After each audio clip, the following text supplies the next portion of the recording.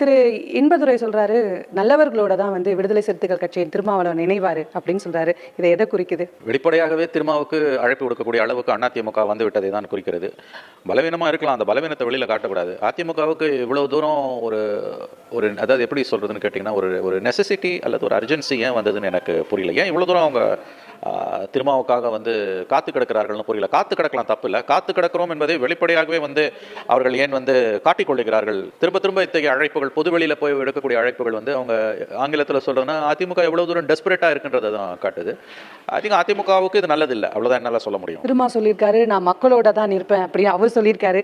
அவர் வந்து நான் யார் கூட நிற்பேன்னு சொல்லியிருந்தா இந்த பிரச்சனைக்கான முற்றுப்புள்ளி பெற்றிருக்கலாம் ஒருவேளை. ஆனா நான் மக்களோட தான் நிற்பேன்னு அவர் சொல்றாரு. இதை நீங்க எப்படி பாக்குறீங்க?